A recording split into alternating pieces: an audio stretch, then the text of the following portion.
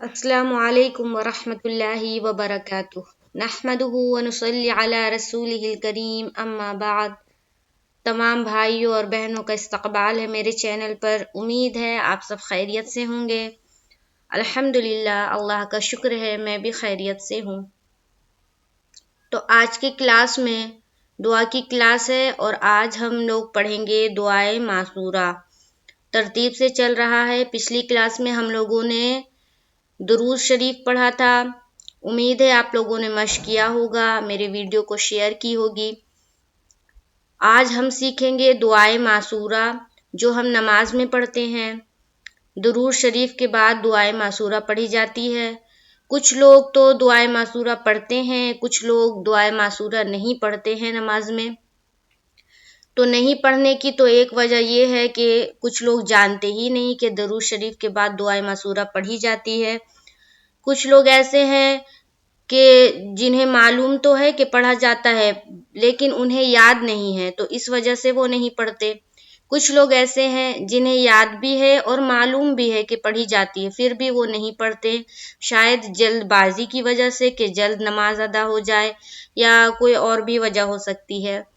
تو دعائے معصورہ جو ہے درود شریف کے بعد پڑھی جاتی ہے، یہ پڑھنا سنت ہے اور سنت کو چھوڑنا اچھی بات نہیں ہے۔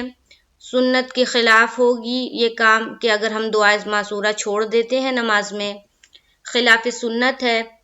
تو نماز تو میری ہو جائے گی، اگر ہم دعائے معصورہ نہیں پڑھتے ہیں تو نماز تو ہماری ہو جائے گی، لیکن اس نماز میں تھوڑی سی کمی یہ ہوگی کہ آپ کو ثواب تھوڑا کم ملے گا دعائے معصورہ چھوڑنے کی وجہ سے۔ تو ہمیں زیادہ ثواب چاہیے تو دعائے معصورہ ہمیں پڑھنا چاہیے۔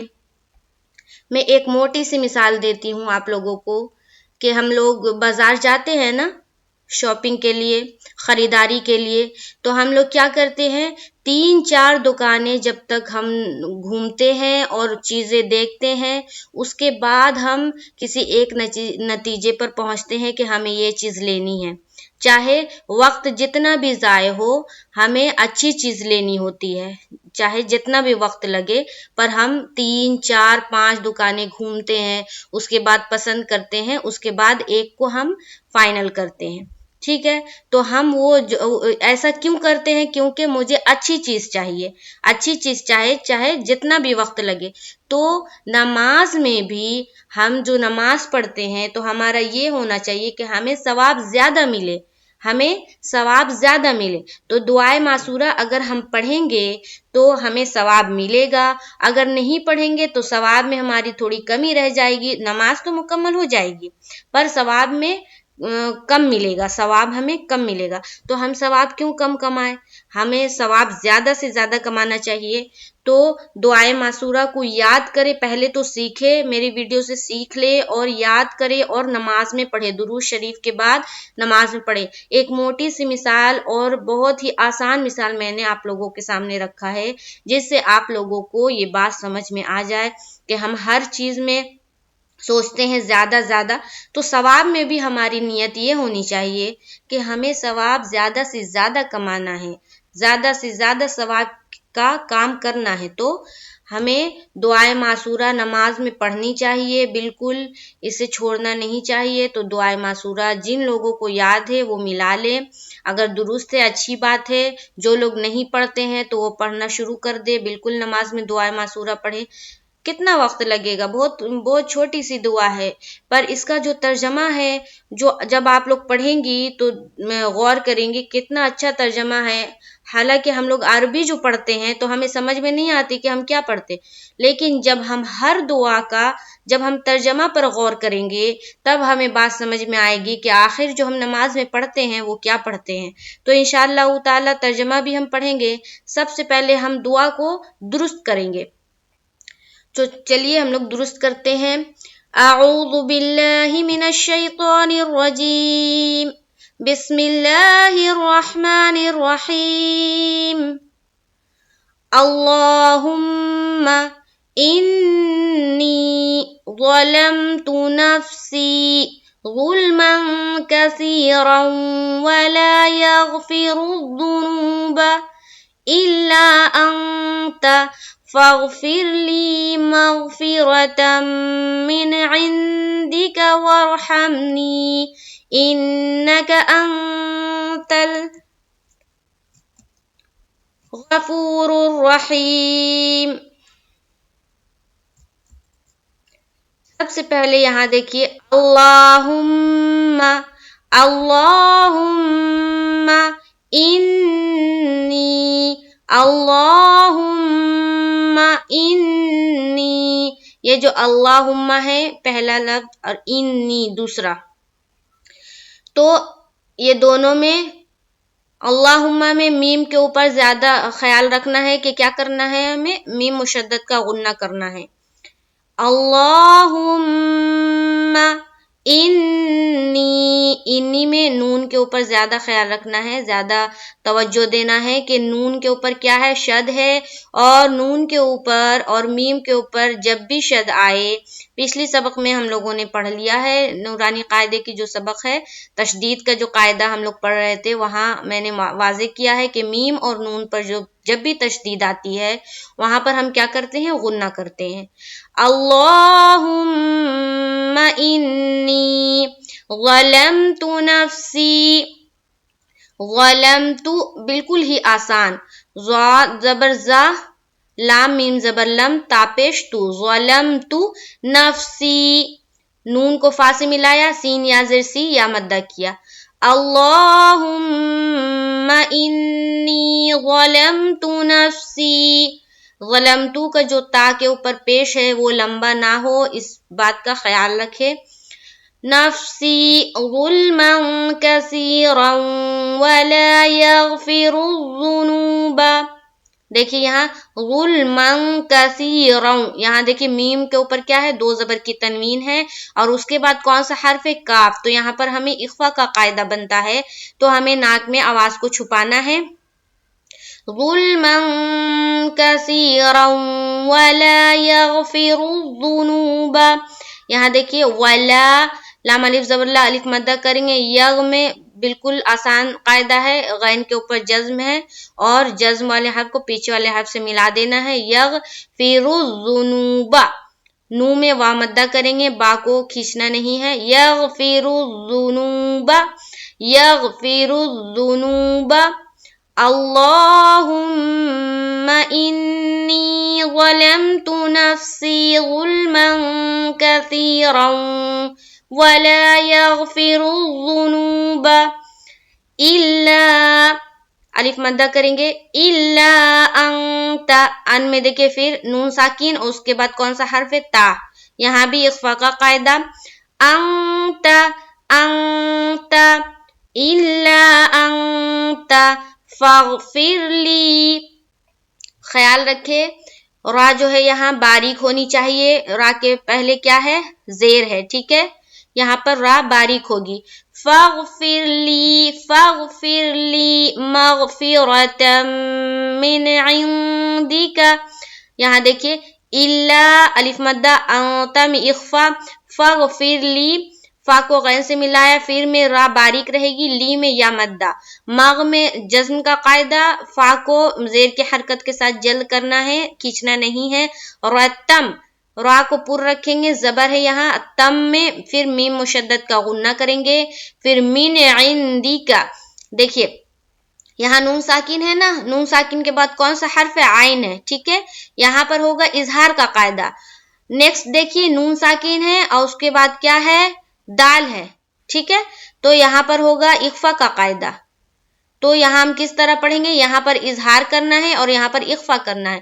مغفرة من عندك، من عندك، اظہار کے معنی ہے صرف نون کی آواز کو ظاہر کرنا، تو یہاں پر ہم دیر نہیں لگائیں گے، یہاں پر ہم جلد کریں گے، ٹھیک ہے.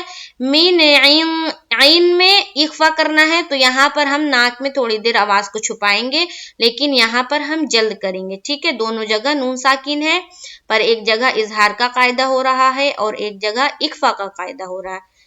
إلا أنت فاغفر لي مغفرة من عندك وارحمنی. واو کو را سے ملائیں گے تو را پر رہے گی کیونکہ واو کے اوپر زبر ہے. ہم نی میں یا مدہ. ہم میں بالکل ہا کو میم سے ملانا ہے، جزم کا قاعدہ ہے. پھر سے دیکھیے ایک بار. إلا أنت فاغفر لي مغفرة من عندك وارحمني إنك أنت الغفور الرحيم. دیکھیں انکا نون کے اوپر پھر شد ہے، یہاں پر ہمیں کیا کرنا ہے؟ غنہ کرنا ہے. انکا انتل میں دیکھیے ان میں کیا کریں گے؟ نون ساکن ہے نا، نون ساکن کے بعد تا ہے. تا حروف اخفا کے 15 حرف میں سے ایک ہے، تو یہاں پر ہمیں کیا کرنا ہے؟ اخفا. اخفا کسے کہتے ہیں؟ ناک میں تھوڑی دیر آواز کا چھپانا اخفا کہلاتی ہے. تو یہاں پر ہمیں ناک میں تھوڑی دیر آواز کو چھپانا ہے. ہم کس طرح پڑھیں گے؟ انک انت الغفور الرحیم. دونوں جگہ را پر، را کے اوپر یہاں پر پیش ہے اور یہاں پر کیا ہے؟ زبر ہے. پیش اور زبر آئے را کے اوپر تو ہم پر کرتے ہیں اور زیر آئے تو باریک کرتے ہیں. ٹھیک ہے، اسی لیے یہاں پر باریک ہوئی اور یہاں پر پر ہوگی. ٹھیک ہے، پھر سے ایک بار دیکھیے. اللهم إني ظلمت نفسي ظلما كثيرا ولا يغفر الذنوب إلا أنت فاغفر لي مغفرة من عندك وارحمني إنك أنت إنك أنت الغفور الرحیم. اگر آپ کو ایک سانس میں پڑھنا ہے تو کس طرح پڑھیں گی؟ اللهم إني ظلمت نفسي ظلما كثيرا ولا يغفر الذنوب إلا أنت فاغفر لي مغفرة من عندك وارحمني إنك أنت الغفور الرحیم. اس طرح سے پڑھنا ہے اور خوب یاد کرنے کی کوشش کرنا ہے، خوب مشق کرنا ہے، توڑ توڑ کر پڑھنا ہے. اللہم انی، اللہم انی، اللہم انی. کم از کم 3 مرتبہ پڑھے تو بالکل یاد ہو جائے گا. اس کے بعد آگے چلتے ہیں. ظلمت نفسی، ظلمت نفسی، ظلمت نفسی. 3 مرتبہ پھر پڑھا، اس کے بعد پھر پورا کو پڑھتے ہیں 3 مرتبہ.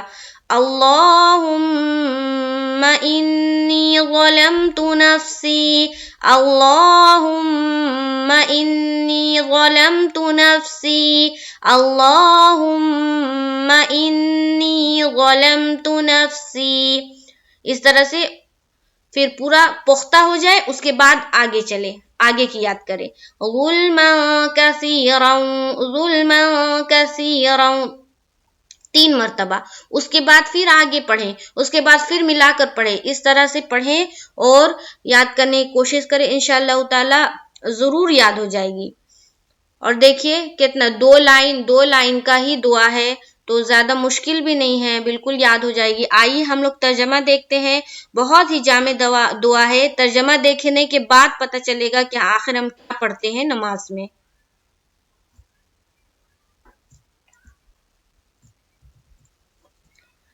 اے اللہ، میں نے اپنے اوپر بہت ظلم کیا اور سوائے آپ کے کوئی گناہوں کو بخش نہیں سکتا، پس آپ اپنی طرف سے خاص بخشش کے ذریعہ مجھ کو بخش دیجئے اور مجھ پر رحم فرمائیے. بے شک آپ ہی بخشنے والے اور نہایت رحم فرمانے والے ہیں. کیا اچھی دعا ہے، کیا جامع دعا ہے. ترجمہ میں دیکھیے پتہ چلتا ہے کہ دعا میں کیا بولا جا رہا ہے.